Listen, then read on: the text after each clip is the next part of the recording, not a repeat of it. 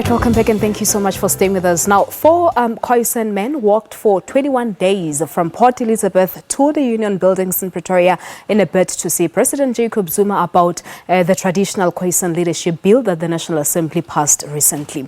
Having not met with the president, the men embarked on a hunger strike for 14 days. Their primary complaints are that the initial Indigenous nation is not being recognized in culture, in language, and in their claim to land. But joining us this morning is Chief Khoisan SA, and he's here to talk to us about their grievances. Chief, good morning to you. Thank you so much for coming through. Good morning, Palesa.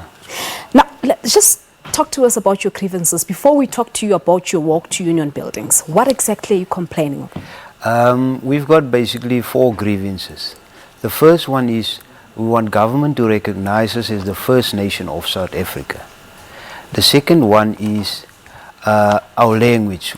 We want our language that is on the coat of arms to be an official language of this country.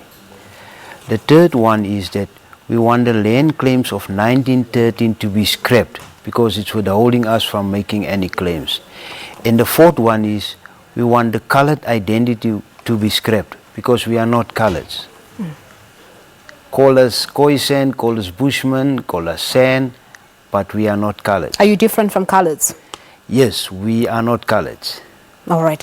But you walked from Port Elizabeth in the Eastern Cape to Union buildings, but you couldn't get through to the president nor his deputy. Talk to us about that. Yes, when we actually arrived at the Union building, they actually sent us away. Reason for that is that they said no, we can't enter the Union building because of our attire, animal skins. And then we asked them, but what if the Zulu king comes here? Will he be entering? They said yes. So that is a discrimination against us. All right, so you were sent away because you have a cultural attire? Yes.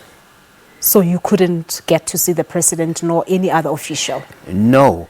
You see, initially we wanted to see the president. Then when we came there, we said we made an amendment that now we want to see the president or the deputy president. All right. And this is not your first walk, because I remember previous years you had taken this walk, but it was to Parliament in Cape Town, not in Pretoria. Yes, the Parliament of Cape Town, we walked from 2013 to 2015. And this year in March, 21 to 27 March, we walked actually to the Eastern Cape Provincial Bisho. We walked to there. Also, when we walked to Bisho, we walked for the scrapping of the colored identity. And up until now, we did not get any feedback from government through all those memorandums. So we felt that this year we want to see the president or the deputy. But how does it make you feel, the fact that you have not received any response from government? You've been walking all these years, you've just been to Union buildings, and I know that you even went to Nasrec where the ANC's elective conference was held. Yes, it actually makes us feel really not being part of South Africa. And it's sad because, I mean, we are the First Nation, as I told you. But why do you keep referring to you people as the First Nation? Talk to us about the history behind that. Yes, First Nation, when everybody came, and I mean, we've got history. When you talk about Jan van Riebeeck, you always hear that there was the Khoi that they met, even throughout history. But the main thing about our title deed it's a known fact. Throughout South Africa, you see the rock arts of the Bushman, you see the rock arts of the Khoi. So that is our title deed towards this country. But are you really concerned? Because if you look at the national emblem, there are words that says diverse people unite, and that's your language, it's written in your language, and yet you say it's not recognized, but it's there on one of the national emblems.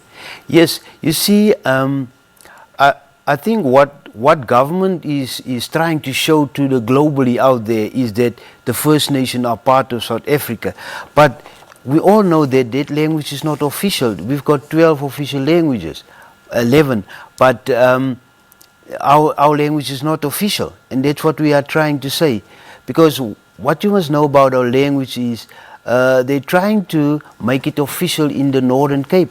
But most of the people there, they already speak the language. In relation to one of your complaints or concerns, the issue of land, we know that in Kimberley there are currently talks taking place, or which started with the Khoisan people with regards to land. Are you part of those talks? Yes, there's one coming up in January, the Kimberley 3, yeah. But you see, what we actually want, and it's always happening when we have talks to government about land, and the issue that always comes up to us is that when we ask government, but what about the land where we were?